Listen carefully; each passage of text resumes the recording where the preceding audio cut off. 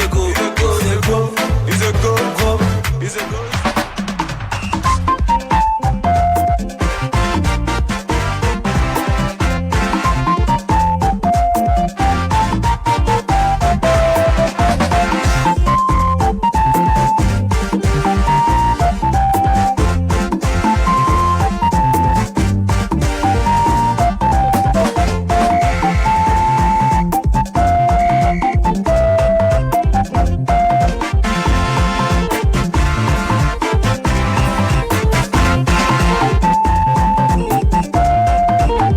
Assalamu alaikum warahmatullahi wabarakatuh.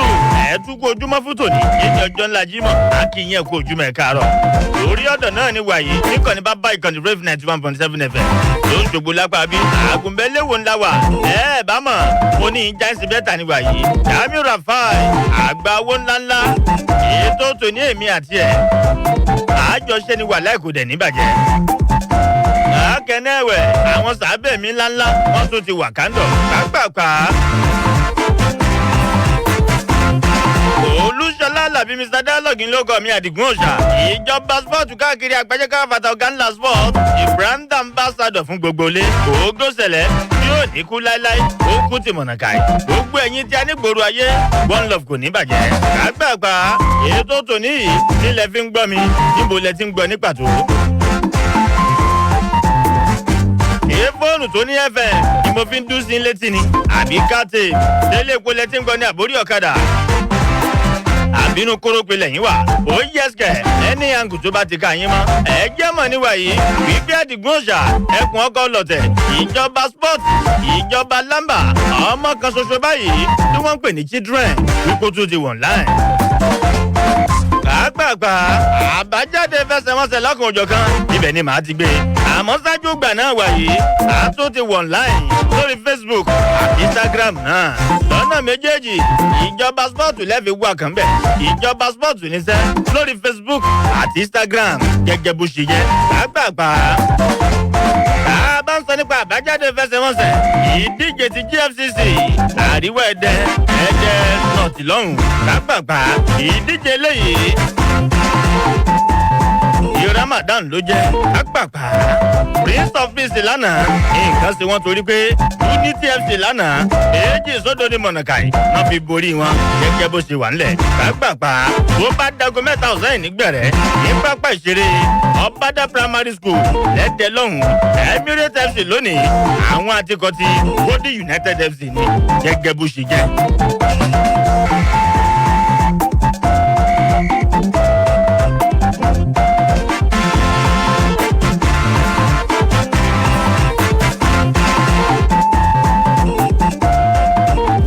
Kẹ́nẹ́wẹ̀ pàápàá ní mọ̀nàkàì níléèwé Christian College lẹ́rìn Ọ̀ṣun lọ́rùn ìdíje iléèwé yìí tá a máa ń gbá lọ́dọọdún tó bá dago 4 nígbẹ̀rẹ̀ Rangers FC lónìí àti Young Boys ní láwọn méjèèjì wọ́n tún jọ mọ́ ta lóní kóso-nkóso lóní kòso-nkòso gẹ́gẹ́ bó ṣe ń gbèsè mi létí ọ̀gbẹ́ni Fàdójú aka Fàdó gẹ́gẹ́ bó ṣe wà ń bẹ̀ lápá bẹ̀yẹn pàápàá ìdíje tàná bákan náà NPFL lánàá bẹ́ẹ̀ni géèmù àná yìí tá a bá ní pé góò ó pọ̀ torí pé lánàá ó kọjá bẹ́ẹ̀ pàápàá Aqua United lánàá 6-0 náà fi borí kọtí Nasarawa United àná yìí kan náà Wiki Tourist wọ́n lọ sílé kọt MFM 2-0 ní mọ̀nàkàì náà lọ fi nà pamọ́ bẹ́ẹ̀ bákan náà lánàá Afghan FC ẹ̀yọ́kọ̀ dondo ni náà fi borí kọtí Plateau United Sunshine Stars lánàá ẹ̀yọ́kọ̀ bákan náà náà fi borí kọtí Rivers United ẹ̀yìn ń bà gbogbo ẹ̀yìn ń bà ọwọ́ mi lókè ẹ̀yìn bà lánàá ẹni sódò ni o má fi jẹ́jú kan ti Kano Villa gẹ́gẹ́ bó ṣe wà ńlẹ̀ pàápàá ọ̀fẹ́rẹ́ gẹ̀gẹ̀ ọ̀fẹ́rẹ́ gẹ̀ngẹ̀ lókè òkun lọ́hùn. àbájáde fẹsẹ̀wọnsẹ̀ bákan náà lánàá bó ló ṣe jẹ́ apá àti La Liga lánàá gbogbo ẹ̀kọ́ ti Sevilla lánàá gbogbo Sevilla 3-2 ní mọ̀nàkàì wọ́n fi borí kọ́ ti Levante bákan náà lánàá ìdíje líìgì tilẹ̀ Gẹ̀ẹ́sì tànà gbogbo Burnley 2-0 ni wọ́n fi borí kọ́ ti Southampton àná yìí kan náà gbogbo bàṣà lálẹ́ àná ẹ̀yọ́ kan dondo mọ̀lá náà fi borí kọtí Real Sociedad lánàá. Ọ̀bámiyangi Mr. Miyangi àgbà owó ńlá òun ló ṣe bẹ́ẹ̀ tó gbìyànjú tó ní àkọọ́lẹ̀ góò kan dondo náà. gbàgbàgbà àwọn fáǹsì Super Eagles àwọn olólùfẹ́ spọ́ọ̀tù ní Nàìjíríà yìí nírọ̀lẹ́ àná Blaka èdè tèrè jìtèrè ni wọ́n gbé torí pé lánàá yìí kan náà a bá ń sọ nípa ìfẹ̀hónúhàn ńláńlá protest ńlá ó wáyé nílùú Àbújá lọ́hùn. òun ni tán kọ́ ni wípé ìgbìmọ̀ àmájú píníkì tó ń ṣàkóso àjọ NFF Nàìjíríà yìí àfẹ́mọ́ àkọ́kọ́ nìyẹn. ẹlẹ́ẹ̀kejì bákan náà ẹ̀wẹ̀ òun ni tán tún wá ń kọ́ ni wípé àwọn ìgbìmọ̀ yìí kan náà látòrí ààrẹ wọn àmájú mẹ́fì píníkì eré fúbọ̀ ní Nàìjíríà yìí wọ́n ti pákú. ẹ dákun ẹ jọ̀ọ́ ẹ gbà wálẹ̀ lọ́wọ́ wọn gẹ́gẹ́ bó ṣe wà ń bẹ̀. pàápàá wọ́n ti kéde ẹ̀ wọ́n ti kéde rẹfirí tí ó mọ lórí ọ̀fẹ́ ní mọ̀nàkà yìí láti mọ̀ rí bá géèmù náà. ká bá ń sọ nípa final ìdíje ti French Cup lọ́hùn ní Faransé lọ́hùn torí pé oṣù tí ń bọ̀ lọ́hùn ìyẹn May OG Nice àti Nantes láwọn méjèèjì wọ́n tùjọ́ mọ́ tábà kan náà lóní kóso-nkóso lóní kòso-nkòso ni tó bá di May 7 ọjọ́ keje oṣù karùn-ún. pàápàá àgbà owó ńlá ni ó ń sọ nípa tani obìnrin ni pẹ̀lú Stephanie Frappart àgbà owó ńlá òun ní ọmọ lórí ọ̀fẹ́ níṣẹ́ láti mọ̀ fọ́n fèrè wọ́n ìfẹsẹ̀wọnsẹ̀ náà ẹ wá gbọ́ dáadáa. lọ́pọ̀ yìí Frappart òun ló máa tún jẹ́ obìnrin àkọ́tún máa jẹ́ rẹ̀ fírí yóò lórí ọ̀fẹ́ láti fọ́n fèrè ní fáínà ìdíje eléyìí. bákan náà ẹ̀wẹ̀ ó ti ṣe bẹ́ẹ̀ sẹ́yìn náà rí ẹ ti gbàgbé ní ìfẹsẹ̀wọnsẹ̀ kan ní French League game lọ́hùn ní 2019 ó fọ́n fèrè ńbẹ̀. bákan náà ẹ̀wẹ̀ ìdíje Champions League kan ní 2020 lọ́hùn ó tún fọ́n fèrè ńbẹ̀. kò wá tán síbẹ̀ Euro tá a gbá kẹ́yìn ní last year lọ́hùn Frappart yìí kan náà ó tún fọ́n fèrè ńbẹ̀. obìnrin ṣe ni ó ń ṣe dáadáa.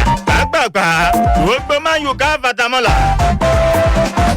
ìyẹn ò ní wẹ́ẹ̀tì Dami Game Ventures Dami ọmọrájí bá ń tọ́jú ẹ̀ bákan náà Adeka Slumber àgbáwo ni Alákẹ́mi Ngúsàbà àrẹ̀mọ́ bàrà ọ̀gá tí a nìyẹn lókè níṣẹ́ lọ́là kún fáyà kún èjà lásùbí àró òní bàjẹ́ one love ọ̀gbẹ́ni Fánimọ́kọ Olúwaṣeyí Emmanuel apá kan Southampton apá kan Man U ní ẹni tó ti gbọ́n tán bá ń tọ́jú ẹ̀ bákan náà àti Yétúndé Oníbodè ọbẹ̀ wa stitches onílé orí òkè nìyẹn o ní gbogbo prime lọ́hùn. ọmọọba ní Yànàbà Olúayé captain vendor ó já lọ́wọ́ yìí Harry Maguire balógun Man U lọ́hùn tẹ́ ẹ fẹ́ gbọ́ ó ní lọ́wọ́ yìí gbogbo ariwo gbogbo ẹnu ọ̀tẹ̀ ariwo àwọn fáǹsì Man U lókè òkun lọ́hùn ó ní wàláì kò kan òun ó nítorí pé lọ́wọ́ yìí èèyàn ló náà gbogbo àṣìṣe kọ̀ọ̀kan tóun ṣe yìí ṣẹ́ni tí ò lè ṣe àkọ́kọ́ nìyẹn. lánàá òun náà tó rí gbọ́ ni wípé wọ́n tún ju bọ́ǹbù kan nílé Maguire pàápàá àwọn ọlọ́pàá àtàwọn ajá tí wọ́n fi mú fílẹ̀ wọ́n ti wà ńbẹ̀.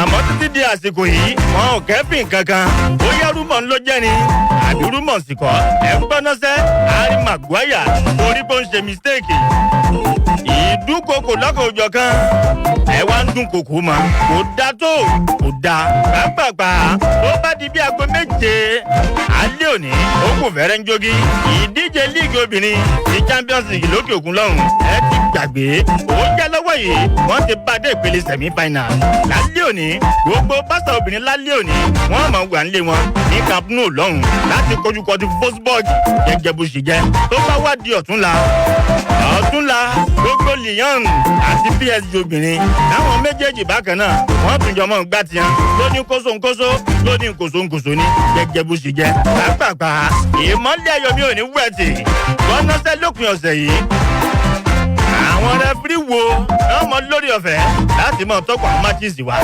àgbà owó ńlá ni ó ti fẹ́ gbé jáde bákan náà ẹ̀wẹ̀ ex-promise ẹ̀rìtẹ̀ hang ti dé olùkọ́ni ká fatamọ́là fún Man U ẹ wá gbọ́ dáadáa o. mo ní pé ní nírọ̀lẹ́ àná àwọn kan pè mí wọ́n ládìgún mo ní yẹsà wọ́n ní ẹgbọ́n náà sà against Arsenal pẹ̀lú gọtimáyù ní Erik ten Hag ní ó jókòó gẹ́gẹ́ bí kóòtù wọn wọ́n ní rárá sà tó bá di sáà tí ń bọ̀ lọ́hùn Erik ten Hag yóò tó wá gbàṣẹ́ ní sàn-án gẹ́gẹ́ bí kóòtù máyù àmọ́ lọ́wọ́ yìí olùkọ́ni Ayaz ti ní gẹ́gẹ́ bó ṣe jẹ́ àdéhùn kan ti wọ ní láàrin Ayaz àti Manchester United bí nǹkan ṣe jẹ́ nìyẹn ó jẹ́ mi ò ní wẹ́ẹ̀tì sẹ́ẹ̀ alukoro máa ń yò káàfàtà ọ̀gbẹ́ni Adébíyí Sunday Samuel àgbàwo ńlá tó yá ń lẹ́mọ̀ bí máa ń yù lọ́wọ́ yìí bá ṣe kéde Erik ten Hag owó tó ń lọ bíi 50,000 50k sambuku àtúngbà ọmọlọ́mọ ńlá ó ti sẹ́ débẹ̀ ni ó gbé Chelsea lẹ́yìn náà bẹ́ẹ̀ parí pépà yín náà tó débẹ̀ ẹ dákun ẹ ṣàánú mi ẹ má gbàgbé mi àjọ ń ṣètò iná kúkú ni àwọn ọmọ ọpẹ́ ńlá gbàgbàgbà ìkẹlẹ tẹta ó ti sọ nǹkan kan oníṣẹ́ ìfẹ́ gbọ́ ní ìfidà kan bẹsẹ̀ nípa Munich lọ́hùn ó ń sọ nípa ta ni Marcel Sabitzer wọ́n ní lọ́wọ́ yìí gbogbo ọ̀nà gbogbo ni o làwọn ó sàn làwọn ó gbà níṣẹ́ láti gbọ́mọ náà àkọ́kọ́ nìyẹn ẹlẹ́ẹ̀kejì bákan náà ẹ̀wẹ̀ tẹ́ ẹ fẹ́ gbọ́.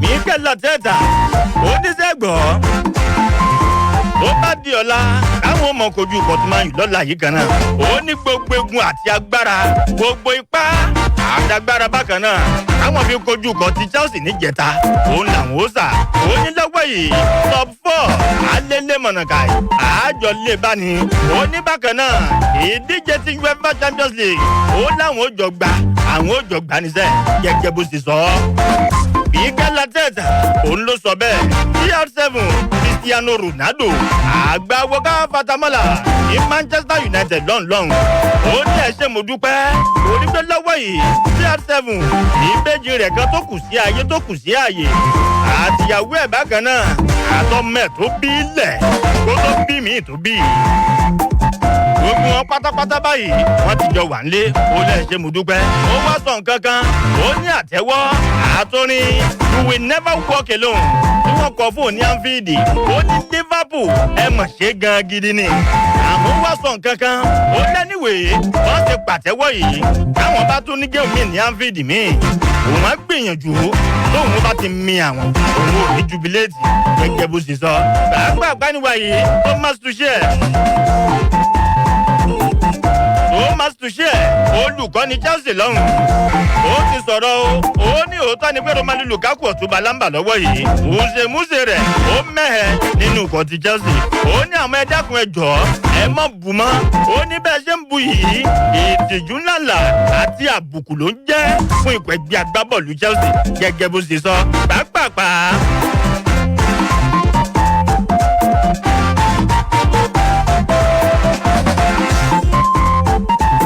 lórí ìtàkùn Twitter tèmi lọ́hùn àtijọba sport one lórí Twitter ẹ fọ́lọ̀ mi ń bẹ̀ àtijọba sport one lórí Twitter àti kọ́ síbẹ̀ ní sáà tí ń bọ̀ lọ́hùn Erik ten Hag kí ni tẹ̀ ẹ́ ẹ̀sìpẹ́ẹ̀tì látọ̀dọ̀ rẹ̀ pàápàá gbogbo Twitter lọ́hùn ó ti kún wọ́n ti kọ́ síbẹ̀ èèyàn kan tó di ọmọ Arsenal _, ọmọ Òṣogbo káàfàtà ó sọ nǹkan kan ó ní sẹ́gbọ̀ èmi ń tèmi Arsenal lèmi ń jà fún ó lóhun tóun fẹ́ ni pé kí Erik ten Hag tó fèèlì ní sáà tí ń bọ̀ torí pé lọ́wọ́ yìí gbogbo Man U ìṣòro wọn olùkọjá bẹ́ẹ̀ gẹ́gẹ́ bó ṣe jẹ́ bákẹ́nẹ́wẹ̀ ní classic lórí ìtàkùn Twitter lọ́hùn òun náà sọ nǹkan kan oníṣègbọ̀ ìṣòro Man U kìí sọ̀rọ̀ olùkọ́ni ó dà gan àwọn agbábọ́ọ̀lù kọ̀ọ̀kan ní Harry Maguire Abibili àti bẹ́ẹ̀ bẹ́ẹ̀ lọ àwọn gan ìṣòro ńlá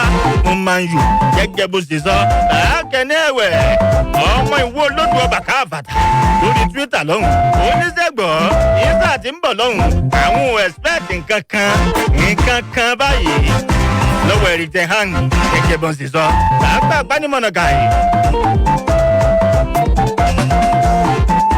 Jurgen Klopp olùkọ́ni káfàtàmọ́là ń Liverpool lọ́hùn òun náà tún sọ nǹkan kan ó ní sẹ́ẹ̀ fẹ́ gbọ́sẹ̀ ọ̀rọ̀ nípa àdéhùn Sadio Mane ẹ mọ̀ pé ń jọ́ sí ohun tí mo sọ ni pé ó lóun ò fẹ́ sọ nǹkan kan pa rẹ̀ àmọ́ lọ́wọ́ yìí ó ní àníṣe tó bá ṣe tán àti máa lọ kó máa lọ tó bá fẹ́ dúró bákan náà ajá mọ̀ ni àmọ́ lọ́wọ́ yìí Sadio Mane àwọn nídìí ẹ̀ gan gidi ni o nínú squad Liverpool lọ́hùn gẹ́gẹ́ bó ṣe wà ńlẹ̀ pápápá ọ̀fẹ́rẹ́ gẹ̀gẹ̀ ọ̀fẹ́rẹ́ gẹ̀ngẹ̀ ìfẹsẹ̀mọsẹ̀ alẹ́ òní láàrin Barcelona àti Wolfsburg òun tá ń yọlẹ̀ gbọ́ ni pé àtisàtò ṣúọ̀là ọmọ wa yẹn agbábọ́ọ̀lù Super Falcons ilé wa Nàìjíríà níyàn wọ́n ní lálẹ́ òní sẹ́ wọ́n ní wọ́n jọgbà ni gẹ́gẹ́ bá a ṣe gbọ́ pàápàá àwọn òǹwòye pọ́ńdìtì lọ́kàn òjọ̀kan nílẹ̀ Gẹ̀ẹ́sì lọ́hùn wọ́n ní sẹ́ ẹ fẹ́ gbọ́ àtúnṣe ńláńlá ní ẹni tẹ́ hàn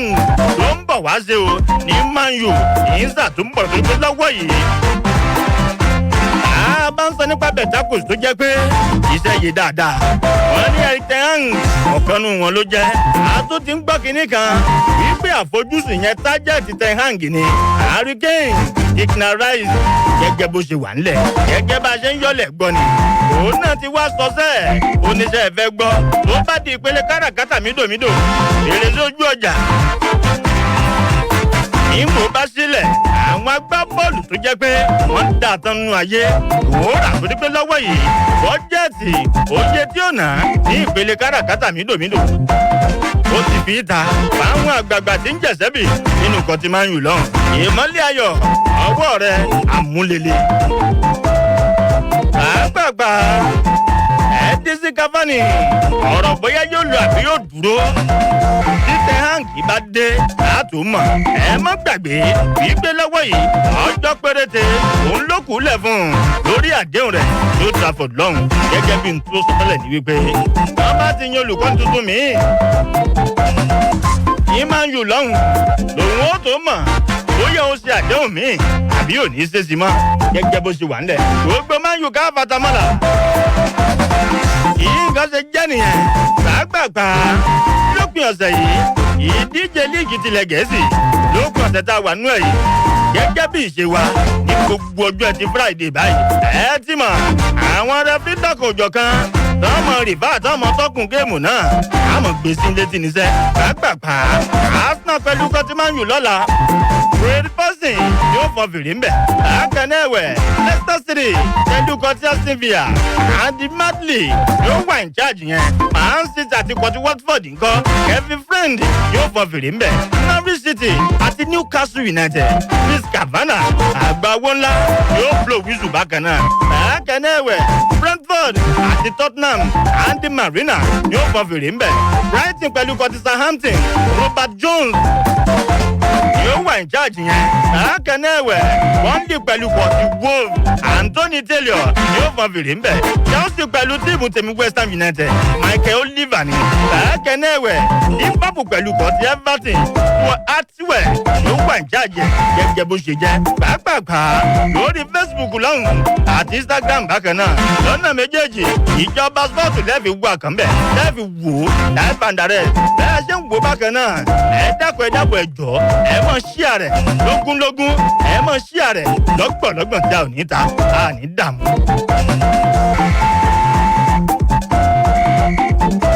gbàgbàgbà àwọn àgbáwo káfàtà wọn tó ti wà ń kalẹ̀ àkíyàn kó ojúmọ́ ọ̀gbẹ́ni Adétọ̀nà Promise ex-Promise up Liverpool. Never walk alone.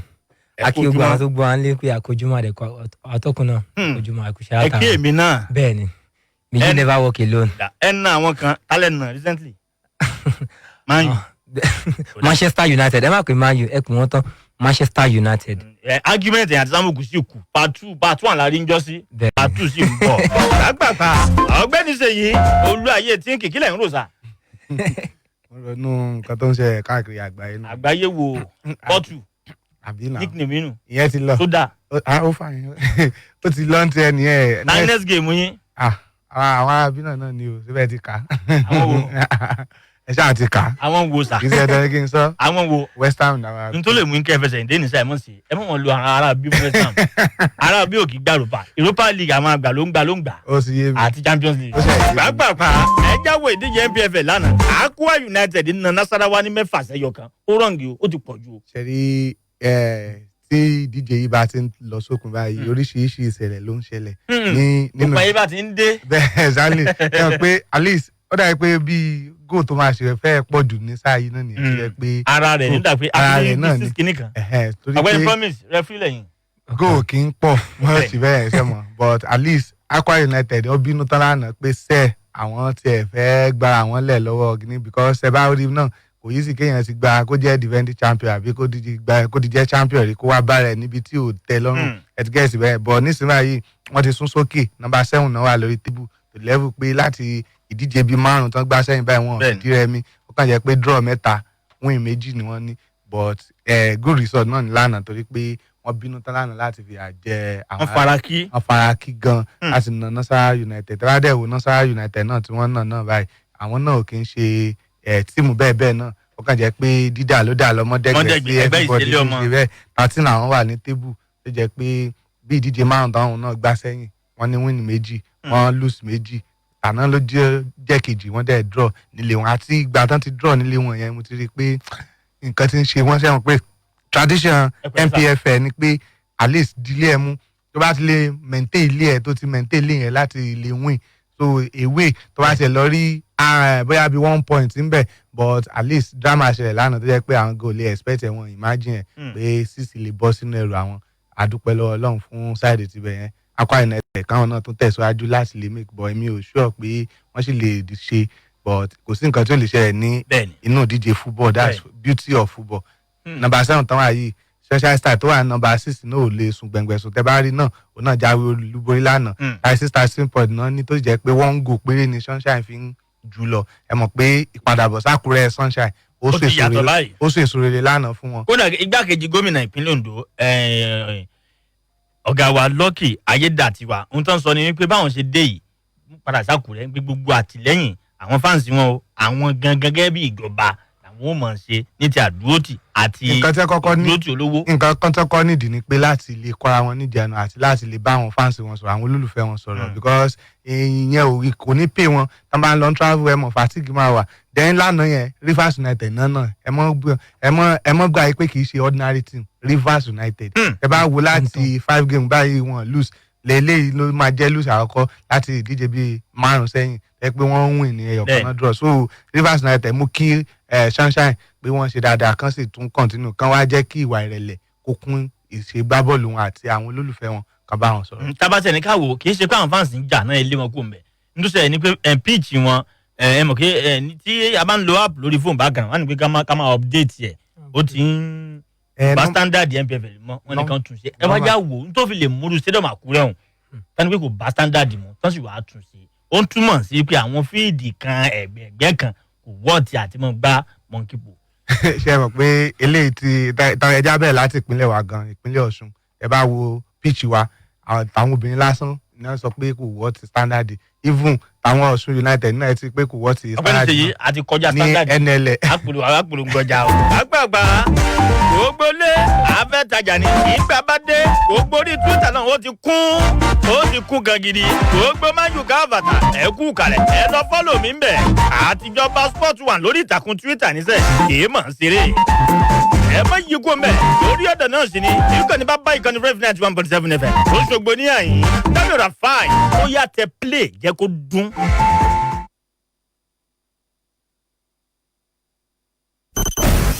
ilẹ̀ lórí ọ̀dàn ni pẹ̀lú Àdìgún òòṣà ẹ bá rí bá má fọ́. orí ẹ ti pé jù ta ló lè sọ ohun tí mo fẹ́ ṣe.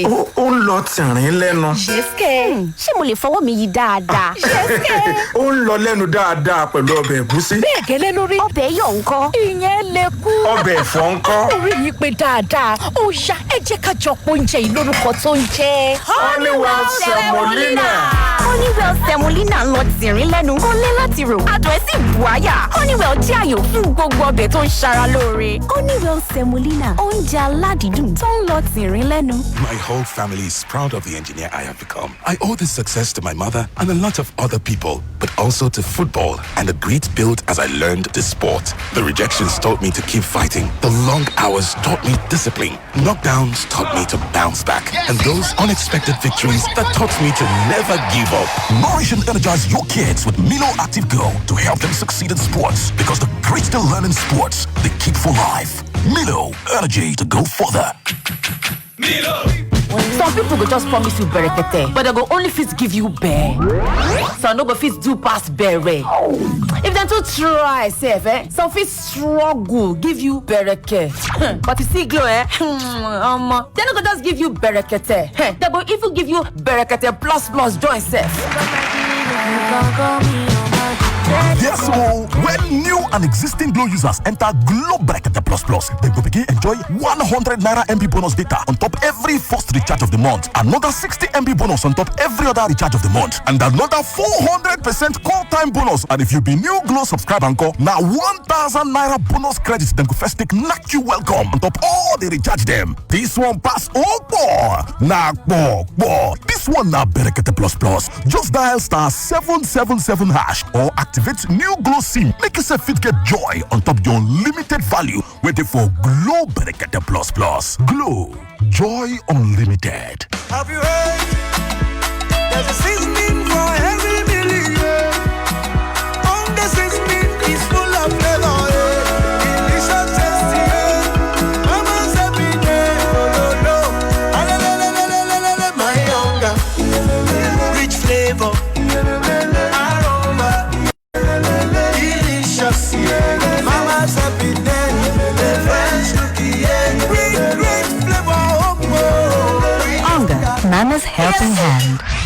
a ṣì wà lórí ọ̀dàn pẹ̀lú ìjọba sport má yí kúrò fílẹ̀ síbẹ̀.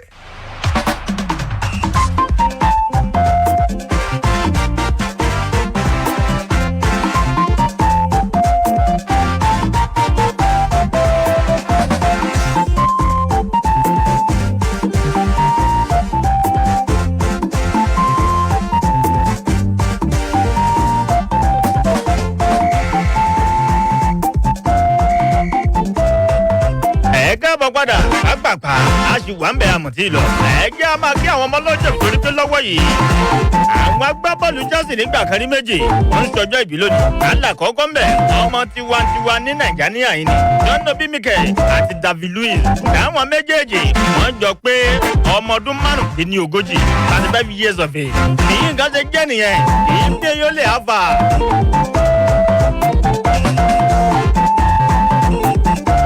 Àgbàgbà à ń bọ̀ wá náà à fẹ́ dókè lọ́hùn nígbà bá sẹ́mi ẹnu tán à wá continue again. Ẹ kú kalẹ̀ ẹ mọ yìí kò ń bẹ a sì ń bọ̀. Gbogbo Chelsea I dey with you.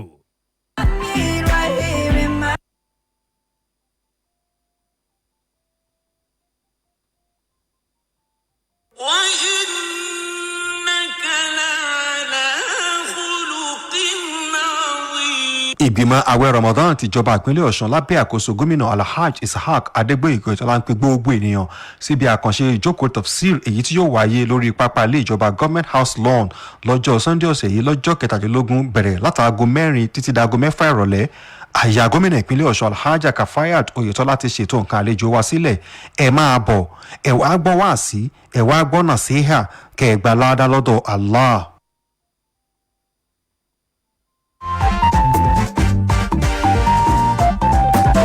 Àgbàgbà ọ̀gbẹ́ni Ṣèyí ọ̀gbẹ́ni Promise ẹ jáwọ́ géèmù àná bákan náà ẹ̀yìn ń bà wọ́n dojú kọ ti Kano Pillars lánàá èyí mọ̀ ṣeré.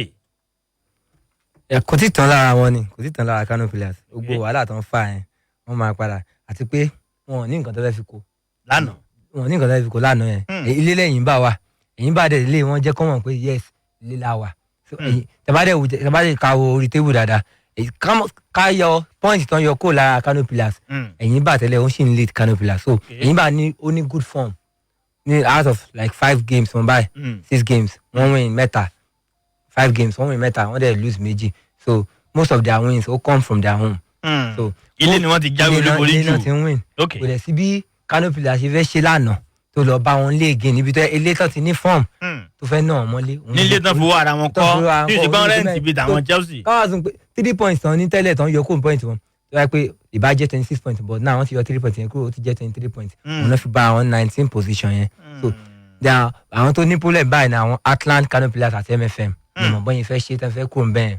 ó dà kò ní bàjẹ́. ọ̀gbẹ́ni Ṣèyí àwọn fans ní Àbújá lánàá wọ́n protest wípé ìgbìmọ̀ tí Amajuma fi pinic tó kó sòdì ìyẹn àjọ NFF wọn náà ò fẹ́ kán máa lọ wọn ni wọ́n ti fẹ́ gbẹ̀mí lẹ́nu sport pàápàá jùlọ football ní Nàìjíríà yìí. ẹ ṣe ń pé a ti kọ́kọ́ sọ tẹ́lẹ̀ pé kí wọ́n sáàkì àwọn tí ń sáàkì èèyàn. bẹ́ẹ̀ni sack the saka mo ti sọ bíbá yìí dáadáa because ṣe rí èmi ò mọ bí wọ́n ṣe ń darí football wa gan kò rí báyìí tẹ́lẹ̀ láti ìgbà tí àti wà tá a gan ti gbọ́njú tá à ń support Super Eagles ìgbà tán dé náà ni ẹlòmíì ti sọ tó bá ń sọ fáwọn èèyàn pé ó fẹ́ lọ wo ball pé Nàìjíríà ń play ball wọ́n ní ọ̀tí ẹ̀ níṣẹ́ ẹ mọ̀ gbogbo ọ̀rọ̀ àbùkù yẹn ti tẹnu Super Eagles táwa mọ̀ àwọn kan ni wọ́n àwọn squad kan ni wọ́n fún nílé báyìí láìpẹ́ yìí but nínú situation tó yẹ pé ẹ̀yin lẹ lọ hire coach kí ni criteria ṣe fi gbà àṣeyọrí wo ló ti ṣe tẹ́lẹ̀ àmọ́ ẹ kàn mú ẹ kún you pay him in dollar ẹ ń sanwó gbogbo wa ẹ ń san fún ní dọ́là tó bá tó yá ń sí báyìí ọ̀sán kò rù kan ẹ tún fáyà rẹ̀ ẹ tún gbà mí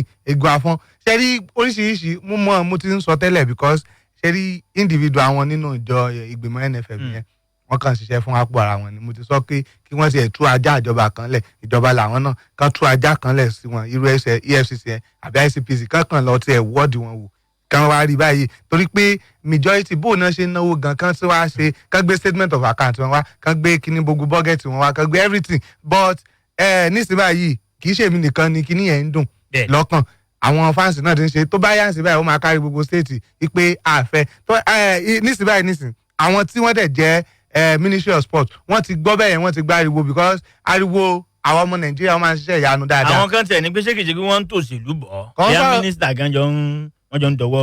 tó bá ẹni tí ó bá wà ń bẹ̀ tó bá involve nínú ìwà bàjẹ́ á rí iná kan fẹ́ kí afẹ́fẹ́ fẹ́ kí fúra adìẹ kó hàn síta everything dẹ̀ clear ká mọ àwọn tó ń ba nǹkan jẹ́ because kò yẹ kó máa lọ báyìí èwo Nàìjíríà giant of Africa number 3 ní FIFA ranking àlọ́ wọkọ̀ báyìí nísìnyí báyìí a tún fẹ́ lọ ṣèkà àti ní coach up till now ṣé mọ̀ pé gbogbo orú ẹ̀ mismanagement lèmi kà kún tó mi ǹdẹ̀ ní báyìí àwọn tí ń ronú pẹ̀lú mi ti wà báyìí to the level pé ẹ rí i pé ní àkókò péréte sí báyìí ó máa kárí gbogbo state tẹ́ wọ́n fi mọ̀ pé à ń pariwo kù. àwa mọ̀ bóyá wọ́n padà lé wọn àbí wọ́n lé wọn. kò yẹ kí ó jẹ́ pé tíìmù òkè òkun nìkan láwọn support pé kinní kan tá bá ń play ball bóyá Chelsea Arsenal níjẹ̀ta báyẹn wo bí ilé bọ́ọ̀ ṣe kún ẹ jẹ́ kí Super Eagles máa play ball. ajá paroparo ni wọ́n ní wọ́n kàn bíríkì àṣà wọn ni pé ẹnìkan ti ẹ̀ ń sọ ó ń lament pé kí ló dé tó ń lọ wo kó n ti jókòó sí ṣọ́ọ̀bù òun ti níye tó ń ti máa pa lọlé tó ń lọ wo bọ́ọ̀ Super Eagles at the end of the day ó wá ń kanra mọ́ gbá ó kanra mọ́ mi ó kanra mọ́ mi ó kanra mọ́ ìyàwó mu ní lórí kíni so tí irú kíní yìí bá ṣe ń continue ẹ jẹ́ kí a mọ̀ tó bá jẹ́ foreign coach lẹ fẹ́ gbà kàn gbà tó yẹ jẹ́ pé kíní bọ̀ èmi tèmi ná nínú management. ọ̀rọ̀ nípa pàṣẹ́rò tó wà nílẹ̀ yóò sì pàṣẹ́rò. amaju pinnick èmi ò nífẹ̀ẹ́ sí ìjọba rẹ̀ bó ṣe ń ṣe èmi so bó dẹ̀ ti ní àwọn èèyàn báyìí ẹ sáà rí pé wọ́n ti protest báyìí wọ́n gbé oríṣiríṣi àkọlé dání. ẹni kó wọn sòdì. èmi tí mo wà níṣà mo wà jẹ́jẹ́ mi lánàá so gbogbo wọn báyìí ó yẹ kí wọ́n wà nǹkan ṣe kí minister for sport kan wà nǹkan ṣe kí ààrẹ Muhammadu Buhari gan kan wà nǹkan ṣe kan gbóhùn. ó dààmú bọ̀. àgbàgbà lórí ìtàkùn Twitter lọ́hùn-ún láti wà ń bẹ̀sẹ̀ nípa ìrìtẹ̀ hàn. àgbàgbà ọdún ayọ̀ lórí ìtàkùn Twitter ó ní ẹkú ojúmọ́ bọ̀dá àdìgún ó ní sẹ́ fẹ́ gbọ́ ó lóun retí nǹkan kan lọ́wọ́ tehang torí pé Glazer family wọ́n sì wà ní ìṣàkóso tíìmù yìí àwọn ẹbí bákan náà wọ́n bá sì ń jọba lórí Man U lọ ó ní òfúùtù fẹ́ẹ́ tẹ̀ lásán ni gẹ́gẹ́ bó ṣe sọ. lákẹ́nẹ́wẹ̀ Akínwálé Kọ́láwọlé Isaac lórí Twitter lọ́hùn wọ́n ní ẹkú ojúmọ́ tẹ́gbọ́ èmi ń retí ẹ̀rí tehang kó wá tún Man U sọ bí ẹ̀ ní ìsọgbá bó ṣe dáadáa ní ayaz lọ́hùn gẹ́gẹ́ bó ṣe jẹ́. bákan náà Emmanuel Olúṣẹ́gun òun náà sọ tiẹ̀ oníṣẹ́ tún fẹ́ gbọ́ olùkọ́ni tọ́lọ̀ gbà yìí ó ní kindergarten coach ló jẹ́ gẹ́gẹ́ bó ṣe wí lórí Twitter lọ́hùn àtijọba sport wà ní èrò ọkàn yín ẹ̀rí tehang ti dé tó bá di sáà tí ń bọ̀ lọ́hùn àwa bẹ̀rẹ̀ ṣe olùkọ́ni rẹ̀ gangan lójú pálí ní sàn-án nínú kọ́tí Man U lọ ẹ fọ́lọ́ ń bẹ̀ àtijọba sport one lórí ìtàkùn Twitter ọ̀gbẹ́ni promise àwọn fans ń protest nípa àjọ NFF.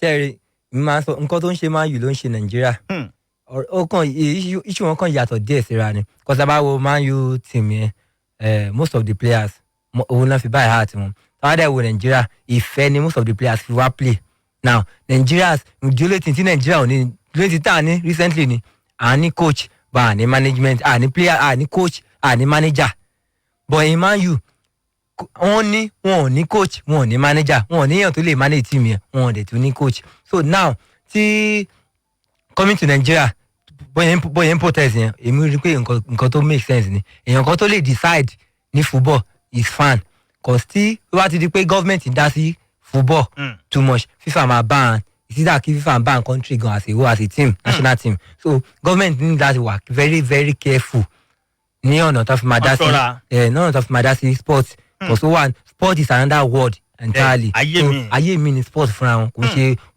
kò ní anything láti ṣe pẹ̀lú politics or national government so kò ní anything láti ṣe pẹ̀lú government kan ra step aside a little bit èèyàn tó máa tì díẹ̀díẹ̀ òun ni minister for sport náà ó níbi tí òun náà gbọ́dọ̀ ṣe mọ́ cause appointment àwọn èèyàn kan ló appoint ẹ̀ síbẹ̀ through political something tó fi appoint àwọn náà síbẹ̀ so the only thing now is government kan lis ten sáwọn fan ló ní football àwa náà ń play fún they are playing for fan ní country àwa náà àwọn làwọn match wọn ẹ wo nǹkan tó ṣe sí Barcelona nígbà tó ń play Frankfurt tán lọ ta tíkẹ́ẹ̀tì wọn bí ààbọ̀ nǹkan tó ṣe tán ta tíkẹ́ẹ̀tì wọn fún àwọn Frankfurt ní ó mú wọn so àwọn irú àwọn nǹkan báyẹn tẹ bá ti wo ìgbà tí Man U náà play match kan náà tí àwọn fún àwọn tán tètè wọlé tán protest ń ta bí against Norwich tán wá later wọlé so fan ló ní football kan ní wọ́n ní láti lis ten sí fan ó nǹkan tó dẹ̀ ṣe yẹn ó dẹ̀ make sense. tó dáa kò ní bàjẹ́ mọ̀ ń bọ̀. gbàgbàgbà àwọn olólùfẹ́ Man City lókè òkun lọ́hùn wọ́n bínú torí pé ìrọ̀lẹ́ àná àwòrán tá a rí ni pé géńdé ọlọ́run méjì kan wọ́n bọ́ sọ́lẹ̀ àtọ̀nù kan náà bọ́lẹ̀ níwájú àyà wọn báyìí òun tán kọ síbẹ̀ ni pé Haaland is coming wọ́n dúró tógun wọ́n dúró tógun ní ó kọjá bẹ́ẹ̀ ọ̀ọ́tò wọn bẹ́ẹ̀ ẹ bá dórí Twitter mi lọ́hùn àtijọba sport one lórí Twitter Instagram bákan náà àti Facebook page ìjọba sport gbàgbàgbà ọ̀gbẹ́ni Ṣèyí ẹ̀ẹ́dẹ̀ hàn kì í ti dé. ṣe rí ẹ jẹ́ kí n bẹ̀rẹ̀ láti bí báyìí ṣó mọ ibi tó ń bọ̀ ṣá England ló ń bọ̀ EPL nìyẹn number 1 ṣe rí England tá a bá ń sọ̀rọ̀ nípa àwọn club tó wà ní inú ìdíje EPL Spain Italy Germany àti France ṣe tẹ bá rí àwọn tí mo kálẹ̀ yìí àwọn ni wọ́n wà ní 1 to 5 nínú ranking tí ó ṣe tó jẹ́ pé ìdíje as in kíní wọn league wọn dáa jù England number 1 nìyẹn then secondly club tó ń bọ̀ Man U ni Manchester United one of the biggest club ní England ni àbí tá a bá fẹ́ pa á lókun tàbí tá a bá fẹ́ sọ̀tẹ̀ so expectation àwọn fans expectation àwa ọlọ́tẹ̀ parapọ̀ lẹ́yìn gálága. ẹ ṣe sùúrù ọlọ́ọ̀ni bá dáadáa wa jẹ́ ẹ pèrè ayé lọ́lọ́tẹ̀ mí lọ́lọ́tẹ̀ o. tẹ́yìn jẹ́ alága wọn nípínlẹ̀ Ọ̀ṣun so expectation gbogbo wọn báwọn ó máa high lórí Erik Hang ìyẹn number 2 bẹ́ẹ̀ ṣẹ́rí number 3 ẹ wo inú ìdíje tó ti ń kó àwọn èèyàn sòdí tó ti ní club Netherlands ẹ wo báyìí èèyàn àti láti number 7 náà wà nínú ranking àti tọdún ìtàn ṣe láti number 7 báyìí Austria tó tẹ̀lé wọn 8 Scotland Russia and co so nǹkan tí mo ń try láti sọ ni pé kò lè fi ìdíje tí wọ́n ń play níbẹ̀ yẹn kó fi wé EPL. ó yàtọ̀ síra wọn. ó lè dé nísìnyí báyìí kí Burnley kan wàá bójú ẹ jẹ́ Crystal Palace lè kàn lé kó bó wọn lẹ́gbàá. ó lè lọ play FA kí Northern Forest lọ sọ sínú gbó bí wọ́n ṣe sọ àwọn Arsenal sínú gbó ṣẹ́rí nǹkan tí mò ń tọ́ láti sọ ni pé ẹ bá wo start ẹ̀ ní inú ìdíje tó ti ń bọ̀ at least ó sì ṣe dáadáa because ó nínú 210 games ó ní 156 wins 25 draw and 29 lose so ó kì í ṣe at least fún coach ó sì tún ṣe pass mark ní ó gba league wọn méjì ó gba Dutch cup méjì ó dẹ̀ gba Dutch super cup ẹyọkan so ó try ó gbìyànjú asat bí level rẹ̀ ṣe rí but nínú díje yìí ẹ̀dẹ̀ wo báyìí kì í ṣe pé Man U wà ní fọ́ọ̀mù wọn tí a mọ̀ wọ́n sí nísìnyí báyìí òun náà ni ó tún jẹ́ mọ́níjà ẹlẹ́ẹ̀karùn-ún lẹ́yìn bàbá Fagosi kíní ti lọ báyìí 5th manager tó jẹ́ permanent ní òkun ṣe ẹ̀mọ̀ kan sì tó ní àwọn aláfàárọ̀gì eléyìí tó wà ń bẹ̀ lọ tó ń lọ báyìí so èmi ń rọ̀ pé ó ní iṣẹ́ ló fẹ́ wá ṣe ṣe á rí ó sì mọ iṣẹ́ tó wá gbà. ó dẹ̀ mọ iṣẹ́ tó wá gbà because àwọn ọmọ Man U ní àwọn fans Man U náà máa ń da nǹkan rújù ní tàbá ń sọ̀rọ̀ pé àwọn tí wọ́n ní sùúrù kankan máa ń bú Chelsea ní àwọn náà máa ń ṣe tàbá ní ká sọ̀rọ̀ nítòsọ kò tí ì sí táìmù tí mo ti rí pé Chelsea ń protest tàbí wọ́n ń da kíní rú ní kíní àwọn náà máa lọ ń protest pé àwọn ò fẹ́. Chelsea máa ń fẹsẹ̀ yapánu lé bọ́ọ̀lù.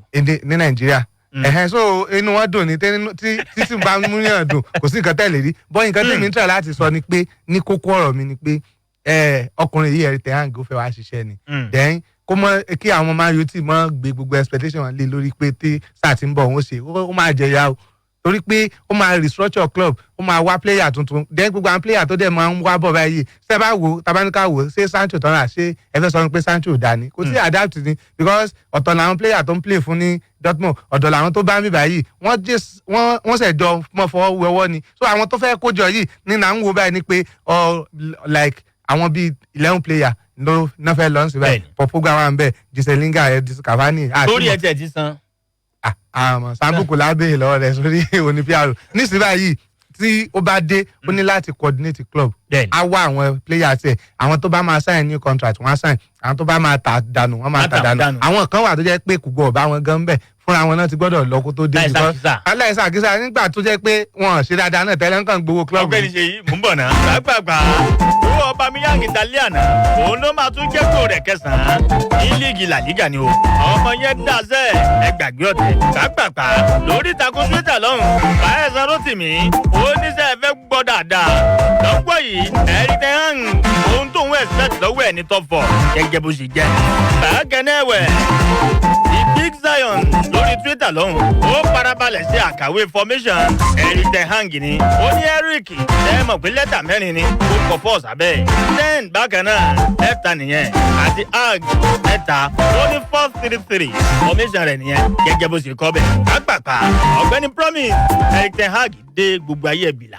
sẹ́ẹ̀rì bẹ́ẹ̀ ni ẹ ṣe sọ yẹn ẹ̀záàlì bẹ́ẹ̀ ló ṣe rí sẹ́ẹ̀rì nǹkan tí Erik ten Hag máa ń ṣe ilé ìtàbá wo matches ẹ̀ ní ayasa dáadáa ó tún wà gan ó tún wà lára profile gan náà online pé ó máa ń like láti máa play ó máa ń stack one flank láti attract opposition defenders so that kind of playing style kò lè fi bẹ́ẹ̀ máa work lọ Premiership so tí Erik ten Hag tó bá fẹ́ ṣiṣẹ́ dáadáa Premiership ó ní láti add more to that kind of style of play so láti sọ fún aláfikún fún nǹkan tí ọ̀gbẹ́ni Mr. Ṣèyí sọ lẹ́ẹ̀kan yẹn tó ní pé Erik ten Hag pé expectation àwọn Man U fan tán retí èmi máa sọ pé èmi máa rọ àgógó Manchester United fan pátápátá kàn fi Liverpool àti Jurgen Klopp kàn fi ṣe example nígbà tí Jurgen Klopp gbaṣẹ́ ní 2015 ó ní if I sit here in 4 years and I'm very sure we'll have one trophy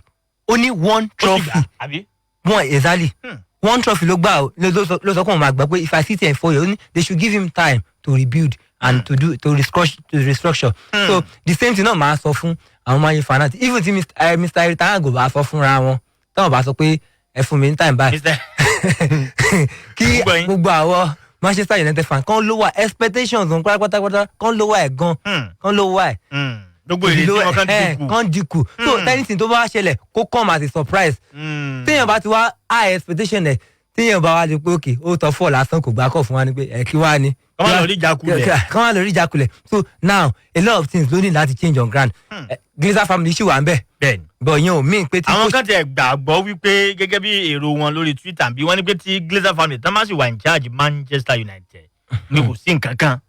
tabatu awo Erik ten Hag kò tí ì ṣiṣẹ́ níbòmíì ju FC20 and Ajax ibi méjì tó yíṣẹ́ nìyẹn FC20 yẹn gan ó dà pa ìsàn coach lọ́nkọ́ ṣe ń gbà yẹn then ó tún padà ó pa wà ní coaching board Bayern Munich ń gbà yẹn bẹ́ẹ̀ bí assistant sí lẹ́ẹ̀mejì assistant sí Pep Guardiola ó ti ṣe assistant sí Pep Guardiola rí so kò tí ì ṣiṣẹ́ ń bò mí tó lé ju Ajax náà lọ like senior coach Ajax ní Netherlands ìbẹ̀rẹ̀ ti ṣẹ́ jù so compared to England kan wo ten city yẹn bó ṣe máa ṣe so wọ́n máa need time the coach will need more time láti blend and láti adapt. ó dáa àgbààgbà 08068676165 08068676165 ni olójú òpó láfi gbé ìgbìlá pa bí.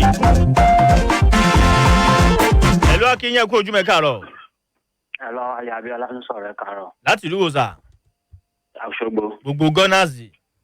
Ọlọ́run ó pọ̀. Ẹ̀ṣẹ̀ Andy bó tún dé kò lè rí nǹkan kan ṣe. Níwòye yín. Mo fọ́lọ́ bàṣẹ lẹ́rìí. Man U ti jèso. Mi ò gbọ́. Fágún sì jàre. Ẹ sà. Fágún sì ti jẹ èso. Fágún sì ti jèso. Ìṣẹ̀dá. Man U léyìn kan. Ọlọ́run. Ìgbà tí Moyes wà ń bẹ̀ gan kán fún Moyes ní sùúrù ní Man U.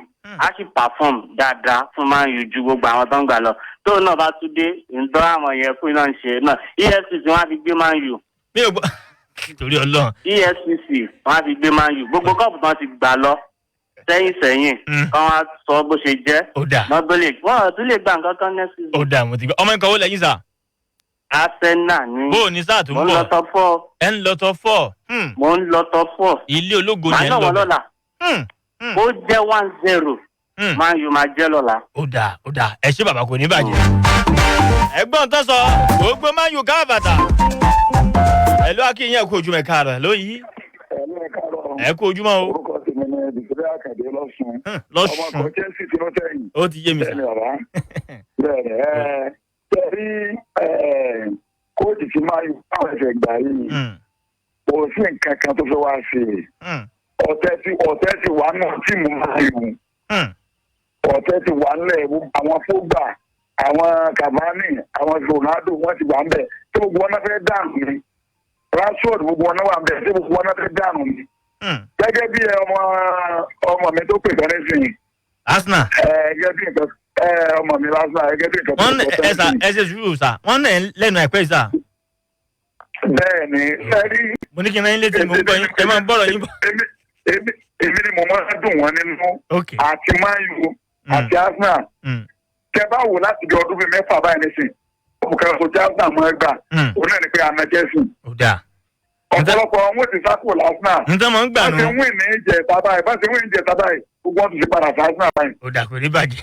So Man U náà dẹ̀ ni kò sí nǹkan lọ́gà táwọn sáńbùkù. Ó dà. Tí wọ́n rí ju Chelsea lọ, Chelsea náà ló ń dùn wọn nínú. Ó dà ẹ ṣeun gan torí àkó wa, ẹ ṣeun gan torí àkó wa. Ẹ já mọ́ lọ́fọ́tò ni, gbogbo Watford lọ́hùn, Ilem Trosekong àti Samuel Kalu, àwọn méjèèjì, wọn náà ti dé Israel nítorí pé lọ́la bákan náà, wọ́n máa kojú gọ́tí Man City ni o, gẹ́gẹ́ bó ṣe jẹ́. Gbogbo Jésù yá mi ò ní wá yín ti sẹ́, àgbùdọ̀ gbàgbé yín. Ìyín kọ́ mi alájì, Akínládé Kazeem Kọ̀ǹsọ́, Magic Motors, Kọ́ńtẹ́nà Jagbe Ridwan, gbogbo Jésù ní UK lọ́hùn, Abdulwasiu, Adémọ́lá, Richie West Káfàtà. Bákàrẹ̀ Jamiu, Jamo Fashion, gbogbo Cameroon lọ́hùn, ẹ̀mí gbogbo Chelsea, ó yá mi ò ní wẹ̀tì. Up Chelsea, ẹ̀yà máa lọ fún tòní. Ọ̀gbẹ́ni Adéyínká Michael Adéfìlà, DJ Wẹ́kẹ̀ múlẹ̀, ó dúró tán, kò ga tán. Ọmọ ọpẹ́ ńlá ni, ẹ̀yà máa lọ fún tòní. Sumat Mubarak, ó dàbọ̀.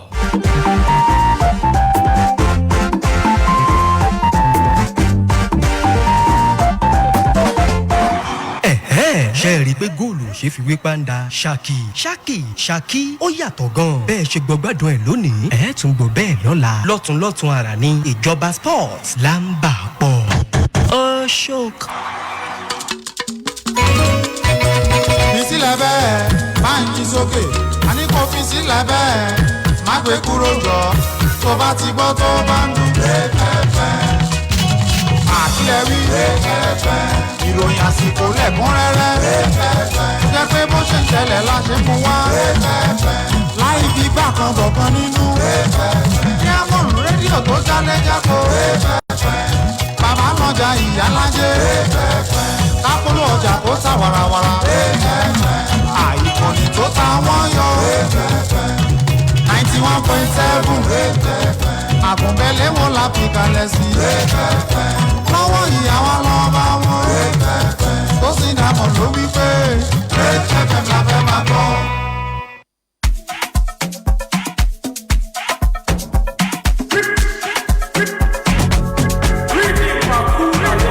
Love is not enough, baby. Come to me, Molo. Love me or you hate me, know me. No mercy, me, Mologo. 250, come along, titi. She said, pins are nothing. In a Maserati, hey, baby, easy. Fine boy like you, easy. You won't kiss somebody, but you sweet melody. Mama yo, ojoojúmọ́ là ń ṣayé o. Lucky yo, mo lówó tí mo fẹ́ náà. Me, I just want to be high. Be high. Be high. Me, I just want to be high. Be high. Be high. Me, I just want to be high.